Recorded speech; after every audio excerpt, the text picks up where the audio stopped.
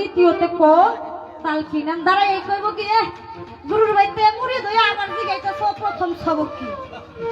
আমরা এটা আমার কথা না এটা কবিতার গানের মধ্যে লেখছে নাকি কিন্তু এই কথাটা আমার জানার দরকার না কারণ প্রথম সবক কি এটা আমরাই জানি দয়ালের বাড়িতে গেলে দয়াল যখন একজন ভক্তকে মুরিদ করে তাকে লতিফায় কাজ দেখানো হয় অনেক কর্ম দেওয়া হয় এটা যার যার তরিকা মতে তাকে তাকে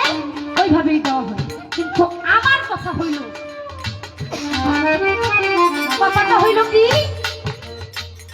ভাবুক কবি রশিদ সরকার তার গানের মধ্যে বলছে নবীর আহলে বায়াতের উপর যেই বান্দার নাই মুহাব্বত কাটটা কাফের দোজখের কি পাইব না আমার নবীর শাফাত তার মানে আপনি যত বড় ইবাদত করেন সর্বপ্রথম আপনার নবীর আহলে বায়াতের উপর আপনার মুহাব্বত রাখতে আর সেখান থেকে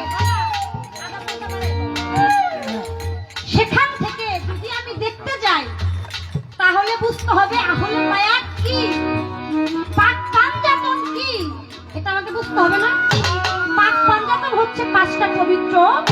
রুহু